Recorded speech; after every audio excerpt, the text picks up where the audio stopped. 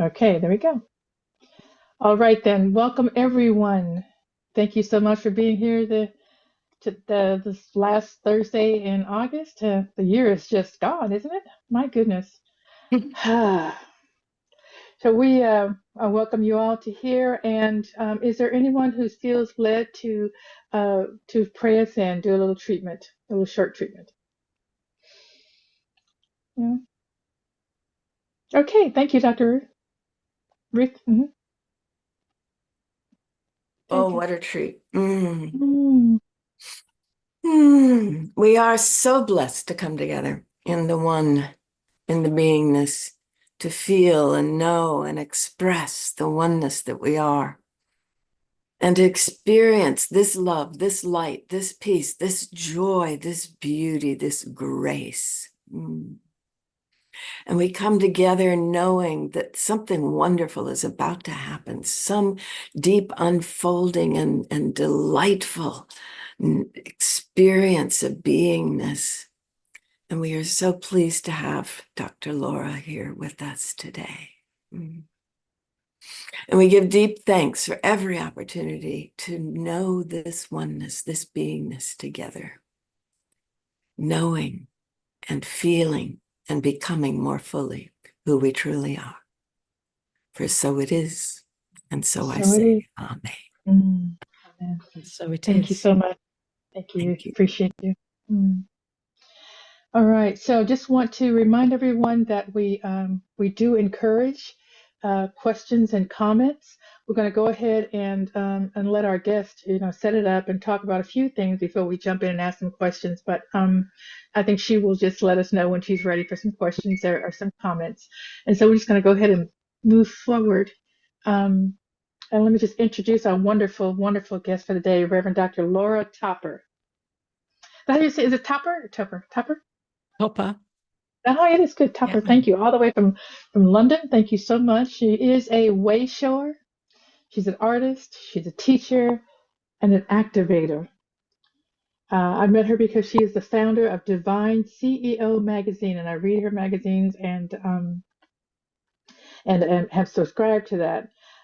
She's the publisher of that and the Women of Power movement. She's based in the UK, and she reaches women globally, online and in person, inspiring her message and mission for 1 billion women to rise as the frequency of divine love, peace, and wealth, creating a new way of being for ourselves, each other, and 7 generations ahead. I love that number. Laura continues to study for her second doctorate at Emerson Institute with Dr. Missy Higginbotham as her mentor and guide. So today she's here to talk with us about living with an awakened heart. She's an award-winning global connector and visionary, and her calling to the divine became activated in 2012 when she experienced a dynamic awakening in the heart of the labyrinth, and again in 2020 when she experienced homelessness. Quite a story there, I'm sure. So Laura, thank you so much. Welcome. And yes, thank you so much for being here. Oh, thank you, Reverend Dr. Pjae, and everybody here. I feel very, I feel excited to be here and intrigued as to what's going to come through in the time that we have together. Yeah, and there are many people here that I know, so it's good to be here with all of you. It's wonderful to have you. I'm actually based in Eastbourne on the south coast of the UK, right by the sea, which is near where I grew up in Brighton, which is about 40 miles away from here. And there was a big lot of traveling in between Brighton and coming here. So I like being by the sea. Beautiful. Yes, good. So tell us about your inspiration, your mission for the 1 billion women. Tell me what's going on with that, or tell us what do you mean by that. I read about a year ago, I was reading some articles, and I read an article about women and the empowerment of women and the future empowerment of women. And I read a statistic that really blew my mind. And that was that in 2030, by 2030, there will be 1 billion menopausal, postmenopausal women on this planet. And that really, like a wave, kind of a shock wave went through me as I realized that there is work to be done here on this planet, and women, we are a force to be reckoned with. And I went off into quite a few different visions and visualizations of, wow, I mean, isn't this really empowering? 1 billion women, if 1 billion women really were tapped in and turned on to their own knowing of the divinity within, how powerful that could be. Not only for ourselves, for our children, and for the healing of the planet also. So that's where 1 billion came from. And even though it came through me as that, I recognize that this is a collective yes of each of us that are really drawn to this mission or this mandate to say, yeah, I want to be involved with this. I want to be a part of this. I want to be the one calling in this number of women and that number of women, because we each have our or the communities that we're involved with. If we kind of draw on those communities, what an amazing thing we could, or the power in that would be quite transformational. Yeah, absolutely. Absolutely. Thank you. So you said, there's a lot of, when you first started, you're talking about the billion, the frequency and all that, you said there's a lot of work to do. What do you envision the work is? What are you envisioning calling forth? I think the work is it begins and ends with ourselves individually. Our own healing journey, our own understanding of who we are. As we know this, and as we emulate this knowing, and as we open up our hearts to this, then the ripple of that has to, the light of that has to be caught, the vision of that has to be caught and seen. So we then give permission for ourselves and for others to do that healing work, that deep healing work of where, as women, we have been maybe stopped, put down, killed, imprisoned, the ancestral wound and our own family wound, our own wound that we have now in society that we're holding on to, as where we're told we can or we can't, or we should or we shouldn't, where we hold ourselves back rather than saying yes to our own dreams. And you were talking about this as your work, bringing the dream forward. And why and questioning that within ourselves, why we would hold ourselves back now. Yeah, absolutely. I think, it's obviously the work, the spiritual work for all of us, and questioning, what is our purpose? What's our reason? What's it, how do we say yes to that?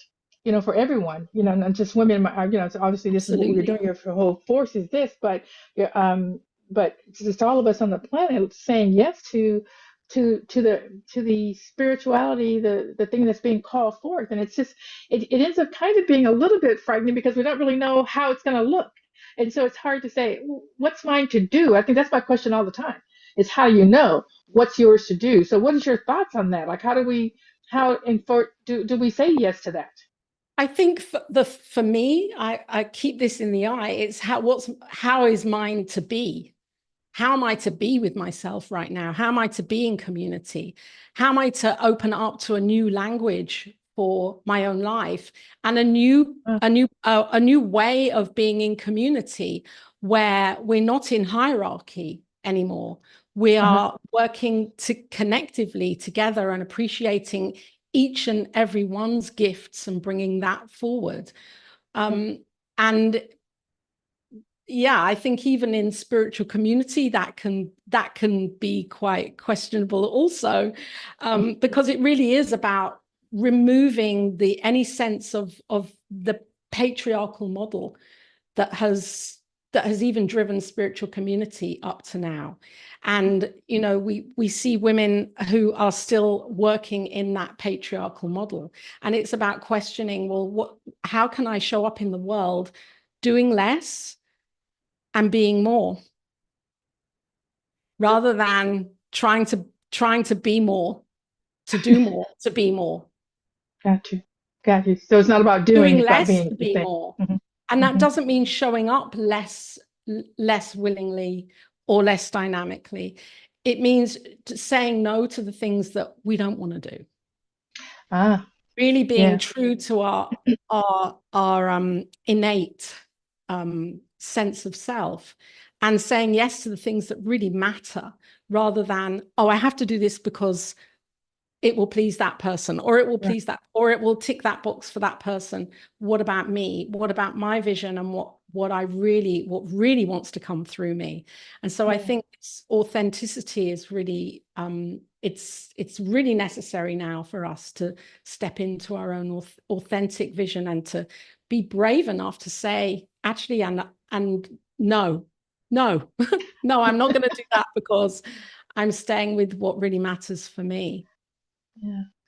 I love that you use the word, being brave, because there's this, and I don't know that if it goes across gender or just across, I don't know, age. I'm not really sure. I think, maybe younger people don't necessarily feel this way, but there's this need to feel like approval. Approval. So it's hard, I think, well, I don't want to claim that, but it feels harder to stand up for yourself and say, no. And someone was telling me, another woman was saying, well, no is a complete answer. It's a complete sentence. And so, just getting comfortable with knowing when to say no, and it's not just not arbitrarily saying no or yes to your life, but just, really digging within yourself to know what no looks like for you. And so how have you, because you talked about, when your heart awakened, and I'm sure that, living with an awakened heart is part of that understanding. So what would you share with us about how you know what is yours to do, and how you know when to say yes or no? I think I think personally, even with a heart awakened, that doesn't necessarily mean that I don't, that's like, oh, it's complete, I've done the work. I think an awakening and a realizing of divinity brings about, it accelerates an opportunity to go even deeper into the work, so that we can clear away the old, and then we get given the opportunities to do that. And those opportunities are really not always comfortable. Right. They're not comfortable because we're being given that we're being given that question. It's being on a quest. It's being on that Shiro's journey of there are going to be challenges along the way that for me allow me to really turn to my truth always and say, is this really that's not a one and done. It's continual. It's continual. And that's why it's so important, I believe, for us to be in the silence and to take time to be in the silence and to really tune in with our own divinity intentionally, and to come away from the screen and social media, and to make that time for ourselves really regularly on a monthly basis to say, I do that. I've just come out of a 3-day retreat that I have here at home, and I've done this for the last few months, where I really do intentionally switch everything off and don't talk for 3 days. Beautiful. Yeah. And my husband is like, yay. Jason is like, yay. She isn't talking for 3 days. Brilliant. Yeah. But it gives him an opportunity also to see that he can do it. Yeah. It's I love that you brought in the whole, turning off the social media, and there's just you're exactly right. There's just a lot of noise in the world right now. A lot of, and it's getting harder and harder, in my opinion, to distinguish between what is truth out there. I know what truth is within me and within my divinity, but just what is truth out there. And there's just, what's I think I heard someone say that, I can't even remember how he stated it. It was so crazy. But understanding what even facts are, how do we, fact checking, and what's a fact, and all this sort of thing. So it behooves us, I think, now to really turn within and to know the truth from ourselves when we hear it, and trust that we're hearing the truth and we're not hearing the truth. And so that's, I think, part of what you just said, being brave and being courageous to trust your own knowing in certain things. I think this is wonderful advice. So I don't know if you wanted to share a little bit more of what happened with you, because you talked about 2 times that the divine became activated in you. Do you want to share with us a little bit about what that meant in Yeah, of 2012 and in course. 2020? Yeah. So in 2019, I had an opportunity to really reevaluate my relationship with my daughter. And at that time, she was 17 and a half. And we had been going through some challenges for quite a while. And everything came to a head in 2019 before COVID. And at that time, I decided that it was really important for us not to be living together in the same physical space. It just wasn't working for many reasons. And that was the best thing I could have done, is to walk away. And she was with my parents, so everything was cool for her. And I knew that in that stepping away, that where I didn't have a plan B, and I was in the middle of ministry education, and my heart was really, really committed to completing my ministry education. And then COVID came, and I was staying with friends, and the long story short is that, yes, I was then eventually in a homeless shelter with Jason, and we were moved to this amazing place, Eastbourne. So it was one of the most difficult and yet opportunistic times for me to really say to myself, do I believe in these teachings? Do I really believe in what I have been telling myself works for the last 10 years?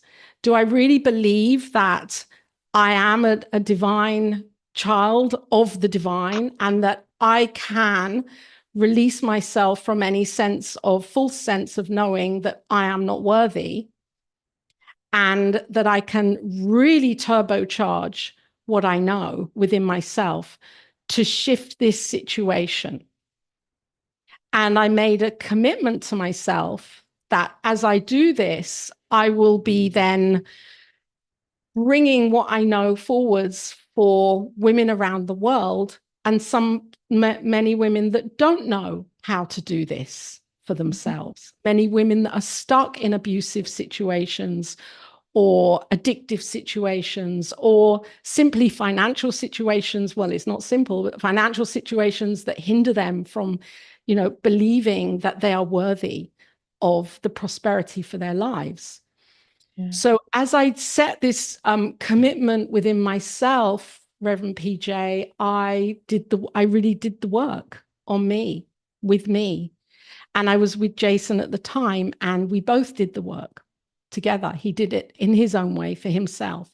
And within 6 months of being in the shelter, we had a phone call one day. I had a phone call from somebody in the local authority, and he said, "Oh, you've just come up on my list. We want to move you."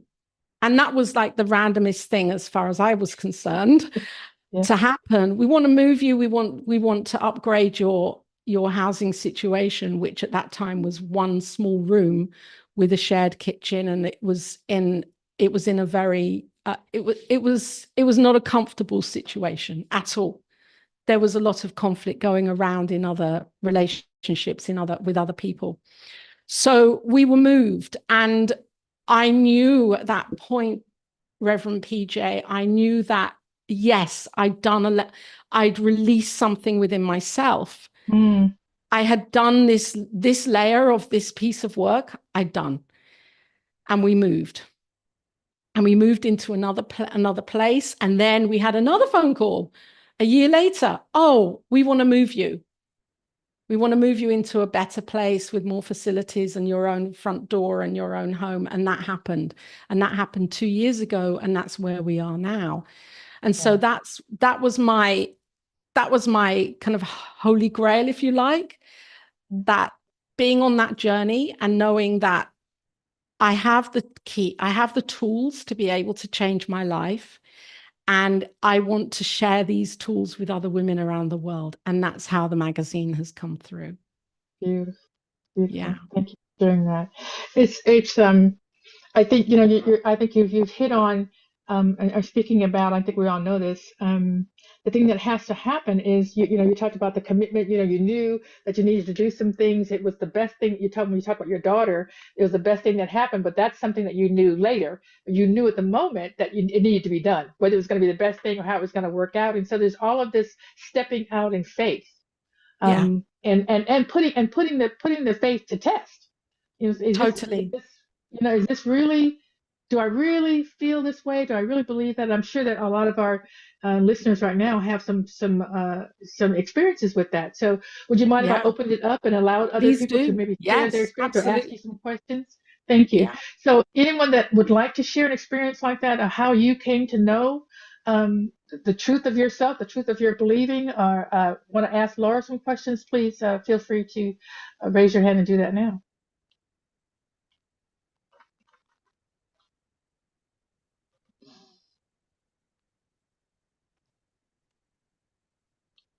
Okay. Yes. Okay, Betty? Oh, thank you. I thought I was competing with other hands. I didn't see any other hands. I was looking for digital hands, so I didn't see any I waving know. hands. Sorry. Okay. Uh, wow. One of the principles that I've been grappling with is the presence, the omnipresence of God. And of course, being around some doubt for people, and even having some doubt myself, I'll ask, well, was God present when? And Yes. think of the negative things. Yes. And recently, something came to me that said, well, God, there is a perennial presence of God, and you need to open up to that. I thought I had opened up to it by articulating the statement, but Mm. obviously that's not sufficient.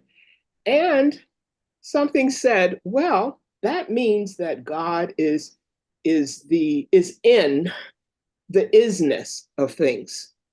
And in the case of disappointment, depression, or even in or economic um, dysfunctions and differences and changes and so forth, God is in that. Yes. Yes.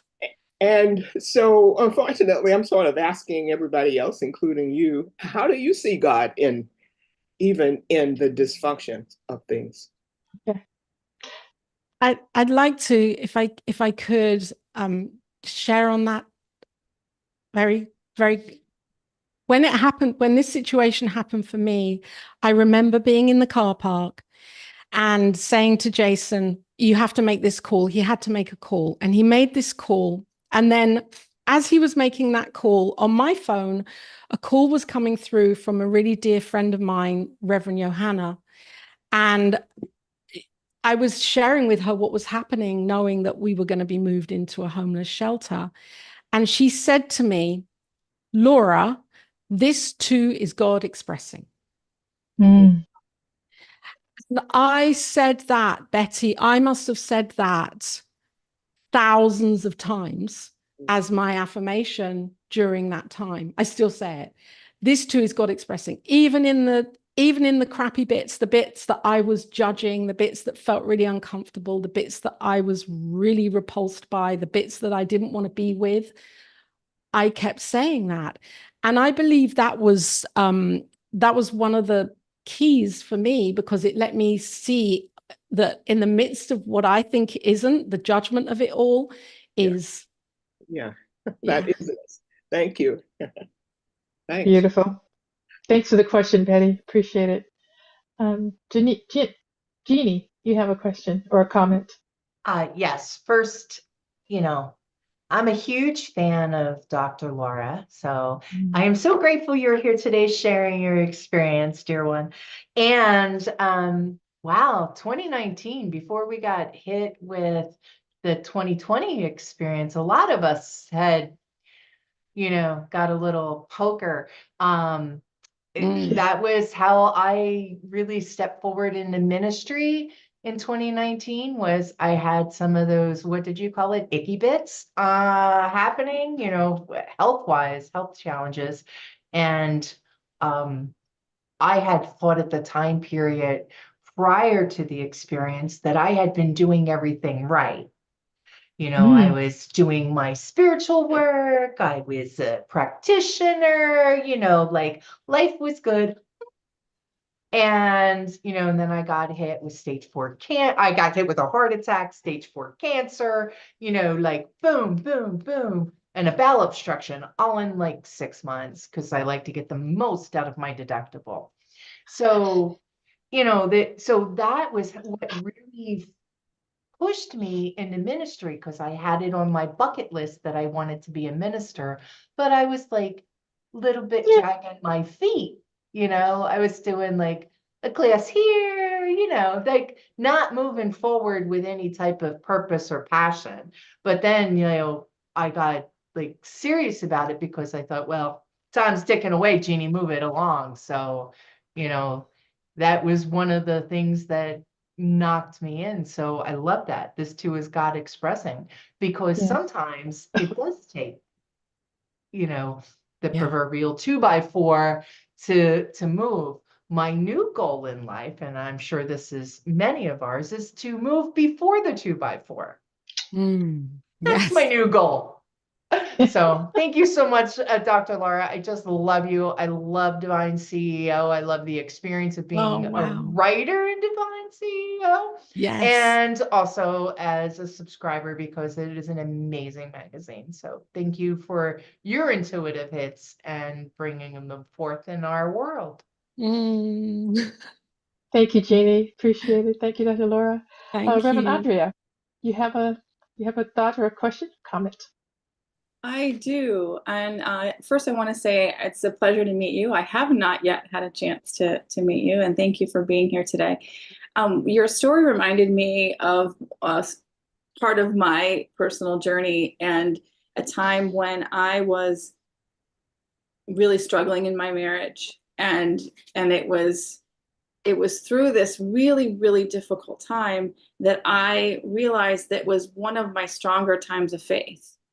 And it was this really odd sort of juxtaposition. And even as I was going through it, I thought, this is really strange. But because I think that's what helped me through the process. But I made the decision to not continue my marriage. And we were divorced in 31 days. And 5 days later, I moved halfway across the country with my 2 young kids. To a new job, bought a new house. Like it was like if anything and everything could be in turmoil, it was. And I only knew my new boss in the new location, and it was, and yet, so through all of that, yet I knew that it was all going to be okay. You know, and there were times when I was unhappy, frustrated, scared, you know, all of those things. But I still knew that it was going to be all okay. And what's fascinating now, so that was in 2008. So it's been a little while. But now my then husband and I are good friends. I moved from St. Louis to South Carolina to Wisconsin, which is where I am now. And about a year and a half after I moved here, he moved up here, and we have mended our relationship and we're friends. And we have been able to raise these 2 amazing now young adults. And so it's a journey, right? It's a journey. Yes. There's much more, but thank you. Thank you for sharing. Thank you, Andrea. Thank you so much. Thank you, Reverend Topper. Reverend Patricia, do you have a comment or a question? I do, and it's such a pleasure to meet you, Dr. Laura. I didn't know about you, so I'm eager to find out more. Patricia. I have things to share, but I also want to ask you a question. So I had a similar experience back in 1999 when I attended a week-long sacred silence retreat, which included 3 whole days of silence. When I arrived at that retreat, I was at the lowest point in my life. And when I left, I felt nothing but gratitude and joy. So because I was self-employed, I continued the retreat practices that I was doing of multiple meditations a day and reading from sacred scripture and just continuing in that atmosphere. And within a few weeks, a vision appeared. I named it the Two Doors Vision. And it talked all about gratitude. It talked about our purpose in life is to realize our oneness with God. And it talked about that we can awaken either the old way of learning through challenges or through the door of gratitude. And that either way, that it is inevitable, the creation of heaven on earth. Right. Now, I didn't get it back in 1999. I couldn't embody that message. But 2 years later, coming out of meditation, I asked Spirit, how can I stay consciously connected with God outside of meditation? And instantly, light started flashing everywhere, and I knew it was Spirit. And so it was like I knew I could. There was a knowing too that if we keep our mind just on light as spirit, that it could condition it, that would bring that awareness of omnipresence to us. And so that day and since then, I've been talking about a practice called looking for light. And that answers Betty's question of a practice of it conditions our senses, our minds, it embodies in consciousness the awareness of omnipresence, looking for light. And so there's a website, lookingforlight.net. And then later, there's more. But my question to you is, how are you going to bring these 1 billion women together? And how can I be part of this? Oh, that's what a beautiful question. When we have a vision, and I think that's what I wanted to share when the experience happened for me in the Labyrinth walk in 2012, then I knew I was here to create something really, really meaningful for my life and for others' lives, of course. And that set me on the path to finding religious science and becoming a minister and then studying with Dr. Missy. And I think that when we have our visions, our individual visions, we're having a collective vision. It's all one and the same. And so I've just maybe been courageous enough to say, yes, there will be 1 billion midlife plus women on this planet. And we're all doing it anyway. We're all working with the women that we want to bring forward into. We're all doing it with our own individual creations, our projects, our movements, the missions that we have. If we added all of the women up, then, would it come to 1 billion right now? I don't know. But I think if I hold this in consciousness, and the more women or the more people that hold this in consciousness, then it will. I think a part of it is letting go of control also. Yeah, it's like there is that. Yeah, a big part of it. Thank you, Laura. Reverend Nick, you have a comment or a question?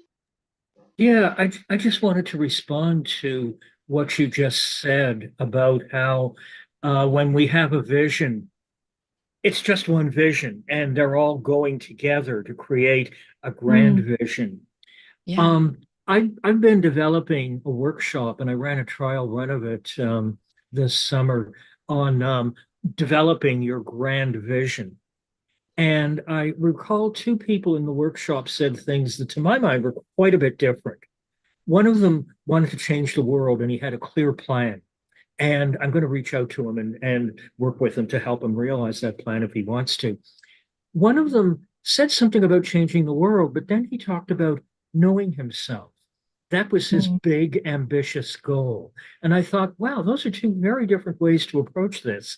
And what you said in your comments earlier was that, no, they're not different. They both go completely together, and they're all part of the same vision. So thanks for saying that. I'm going to keep all of that in mind.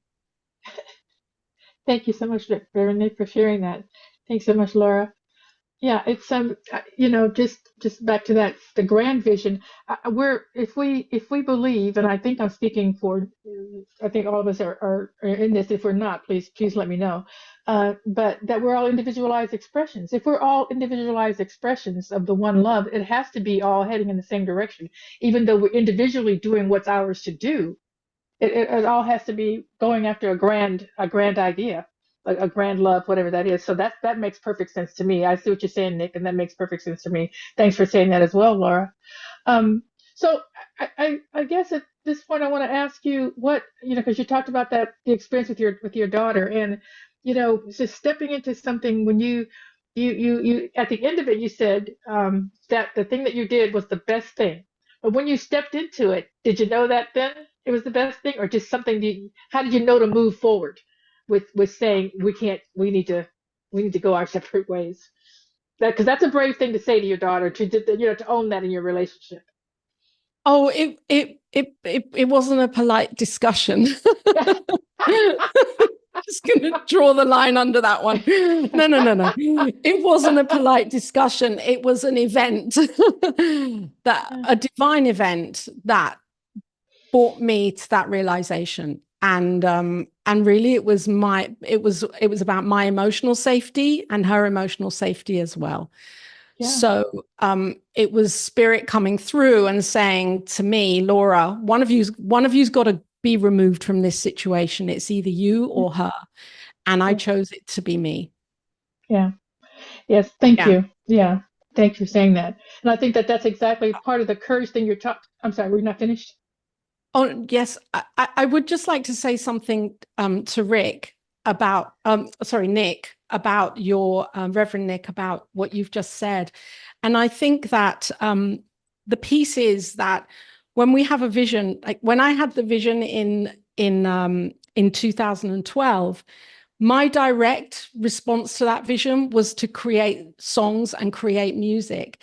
And I created 4 albums of New Thought songs.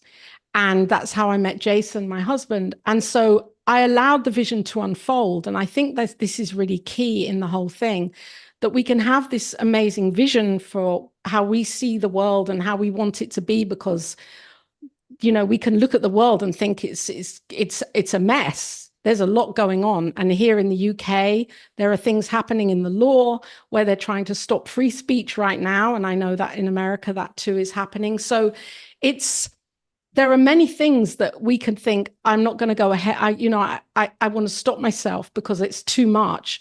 And I think a big piece for me of having the vision is to know when my work is done in one place and one piece of the vision, and then to treat that as a stepping stone rather than as a failure, and to move on to the next that's coming through. Because it's about that thing of letting go of form, letting go of what I think it should look like. Yes. And opening up to, well, how can I be the presence of the divine most greatly in this moment and in every moment? Beautiful. Beautiful. Thank you. So we have a couple of more comments or questions, Dr. or Ruth. I don't know why I keep calling you Dr. Ruth. You know what? Because Dr. Ruth, that's what it is. I'm like, why do I keep saying that? Sorry. Okay. So a lot of people get confused about the Dr. Ruth. I say, well, Reverend Dr. Ruth is a little different. Thank you. I appreciate that. And such a treat to be in the same space as Dr. Laura, always. Yes. And, your story mirrors millions of others. I think that's part of why you're drawn to widening and being aware of so many of us in the postmenopausal point in our lives or stage in our lives. And yes, I had that same kind of, oh, my girls are adolescents. Oh, I don't get to live with them right now. And that is normal in human culture for generations past, that adolescent girls are fostered out, or in some cases married because they're postmenopausal. I mean, not postmenopausal, postmenstrual. They are menstrual women and so on. So adolescent girls and their moms generally don't do too well. And those of us who read Nancy Friday, my mother, myself, may recall why. All right. Yes. So I'm delighted that you were able to move into that space of being and willing to share that. A lot of women aren't comfortable with that. Thank you. Mm. And then you said something just now that I really, really connect with, and I know you're familiar with this in my thinking and teaching, and that is when we do things from should, whether it's a should that's been programmed into us or someone else's should, it almost always pulls us off track. How can, the divine flow of love beingness be present in a should? Yes. So I say there are 5 toxic words: should, ought, gotta, have to, must. And if those are what are driving me, if those are what are coming into my sense of why I am doing this, I need to, as you have recommended, stop and go inside and find that, which is, I think, where Reverend Nick's student about knowing self really comes in. Because if I'm focused on fixing what's out there, Charles Fillmore was very clear. We don't fix what's out there. If something out there isn't working, we fix it in here. And I love that you are being that and doing that and sharing that in the Divine CEO magazine. And I'm hoping someone will put the link to the magazine in the chat. Yeah, Oh, yes. thank you for saying that, Ruth, because actually, you. Dr. Laura, I wanted to ask you, people are asking about how to get in contact with you. Is that okay if we drop that in the chat?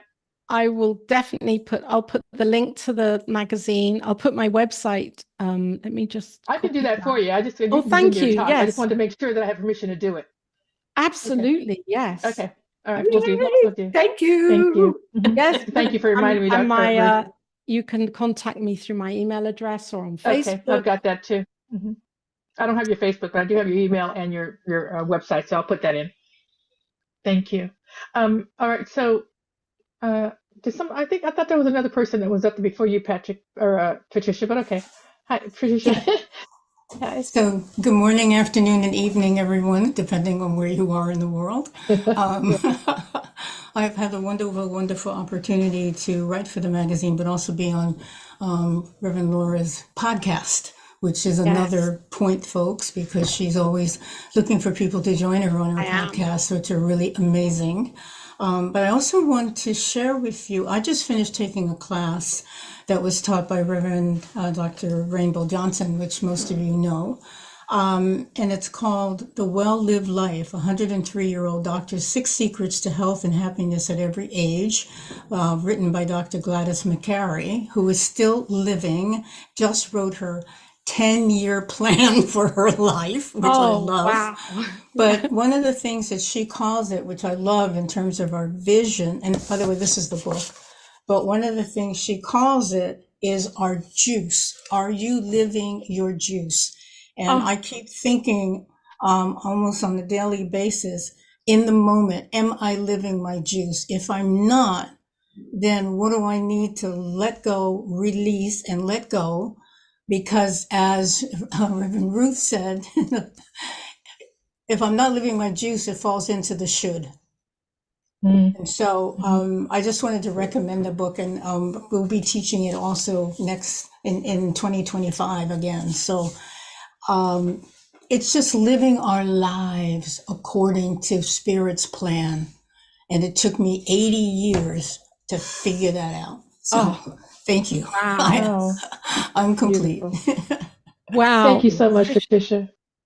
If I could share on this for a moment also, I think even in spiritual community, we've been trained to come out, it's very intellectual. There's a lot of learning. It's all heady. There's a lot to learn. And then to kind of, find harmony with that. It's, we drop into the feeling. So we come into the heart. And for me, I'm realizing to actually embrace the sensuality of things now, and to really drop into the womb and what gets my juices flowing, what turns me on, what feels good from the creative center and source within me, without having to think about it or even feel it, but just to know it as an innate knowing. And the more I'm learning to do that, the more then I'm really learning to say no to the things that, coming away from having to think it all through. I think we get trained to think that we have to think it all through. Good point. Thank you. Iman, is that how you say your name, Iman? Amen. Oh, interesting. Amen, because the Reverend E has nothing to do with Amen. it. My first Amen. time, I just joined ANTN, so my ministry Welcome. is the New Thought Men's Community. So Laura, He will be a great speaker to be on here this. with you today. And yeah, I feel like I'm a little bit maybe on the opposite end of your spectrum in your working with women. I'm working with men, so it's yeah. I think the question is kind of midlife and elderhood, especially for men too. Like, what are you doing? Where are you at? How do we give back? How do we really step into that, I think, sense of full maturity and showing up in the world in a powerful way? And I think it's beautiful what you're doing on your end. And I think for the other end of it with men, it's more holistically looking at ourselves, being able to be emotionally intelligent and work on those soulful pieces of being a man and what that is to be a man in the world right now these days. So I guess there really maybe the question would be is like, you know, how do you see this moving forward? And is there kind of a support together of conscious women and men that are joining forces to support this, not only the empowerment and equality and all of the good stuff that is ready to kind of happen in our society, but also just standing in that place of spiritual wholeness, oneness, as mentors, as wayshowers for the younger generations too. So I don't know if there was a question in there, but maybe you can extrapolate. I think I have an answer. There you go. I don't know if there was a question. Hi, Eamon. I know we were in ministry school together, and I saw your post coming up with the men's work, and I think it's amazing because it's really about it's not, for me, it's not even about, you know, men, women. This is the divine feminine and the divine masculine, which is finding that the synthesizing of the harmony of that within each of us. And there has been an imbalance with that for thousands and thousands of years. So it's how do we get back to that place of knowing the truth of who we are and embracing the divine feminine, embracing the divine masculine within us, each of us, and knowing those parts of ourselves and acknowledging them and working from that perspective rather than, as Dr. Ruth said, not externally from what it looks like on the outside, but how we're feeling on the inside. Thank you. Well, thank you. Thank you, Eamon. You are going to be, Eamon is going to be a guest on the show in November. And so we'll hear more from you, Eamon, at that time about what you're doing with the men's group. I'm looking forward to that. Thank you. Reverend Dr. Patrick, do you have a comment or a thought? Yes, actually, I have a little bit too. Thank you, Eamon, for am I on? Yes, you are. Yeah, great. You're good. Aloha, everyone. Aloha. We have our Center for Spiritual Living Kauai, and with my beautiful co-spiritual director down there, Rita Andriello, Dr. Rita, just recently, right, Dr. Missy? Recently, doctors, and we are so just thrilled with him. So much has been running through my mind. One thing, first of all, Dr. Laura, I have known about you in and out, but this is such a wonderful experience to see what you're all about and how much you're contributing. So thank you, and thank you to everybody for being here. The one thing that came up for me that I have to be very transparent about is reading we were saying we need to get back to our workshops with this incredible group here. And so when I was reading it, it felt very much like this was a women's workshop. And it felt very old to me to be feeling that. Like I told Rita, I said, well, maybe you should go. It doesn't sound like it's for men. It sounds more like it's for women. And I went, all the work I have done, this felt it felt old for me to say that. That wasn't what the group was about, but that's what I was interpreting from an old male point of view. And I went, oh, well, then I must go. Because then I must be here, because running a center too with as a co-spiritual directors, we are the at least in our opinion, what has made it successful for 11 years is the perfect yin and yang, and the blending of mother and father energy, and then the blending of energy from that. So I was listening to what you were saying in the beginning, especially, and I thought there is nothing that ever made me feel, oh, I'm a man and they're women and they're going through this plight, but I had no, everything that I have on my notes, I'm going, oh, do less, be more. Oh, yes, yes, learn how to say no. Yes. I mean, it became very much like, oh my God, we're all swimming in the same incredible divine energy. And I'm getting God bumps right now because I'm realizing, and our world is showing it on the outside as well, we are for once coming together as not just men and women, but we're coming together as spirit. And we each have such contributions, and I believe there needs to be groups like Amen, and so we could, I've had men's groups, and there needs to be not a division, but coming together, like with Amen, saying, what are we all about, man? And then coming over here and saying, guess what? This is, Dr. Laura, this is what we're all about. Let's just all go swimming in this same incredible vortex of energy of this feminine and male divine energy. And I really believe in this. I love synchronicities. I really believe that in this workshop today, this time together of us collectively, we have already begun. It's nothing that has to be launched.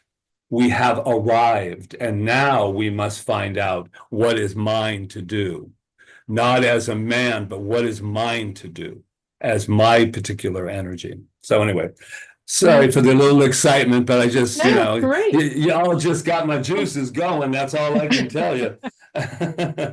I feel really blessed to meet you, Reverend Dr. Patrick and Reverend Dr. Rita. I'd like to share that in like 2000 and maybe, I don't know, 14, I would watch you both from my iPad here in the UK. I'd tune in every Sunday to your live streams and love watching what you were doing in Hawaii, and that you had a vision and this amazing picture on the wall of how you wanted your next center to be. I remember that, and it was, you inspired me so greatly. Thank you. I love that. I love the connection. Thank you so much, Dr. Patrick, for sharing that, and just being vulnerable to say, hey, this is how I was feeling. And I love that. Thank you. Thank you for sharing where you came to with that. So I appreciate it so much. Yes. I have one other thing. I don't know if I have time, if we have time. Yeah, you have time. You have like a couple more minutes, 2-3 minutes. It was last year when I burnt out because I was doing so much online, and I had a second bout of burnout in 6 months. And I lay there for 6 weeks and I said, well, this is ridiculous.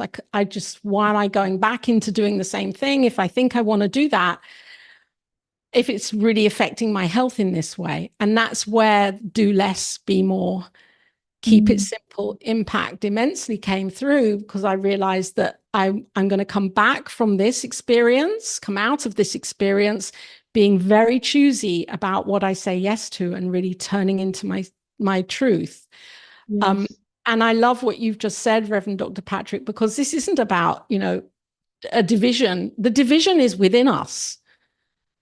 That's the only division. It's where we create the separation by believing that we can't tap into the divine feminine, masculine, bring it together, harmonize ourselves, and know ourselves, and unlearn those patterns. Yeah, exactly.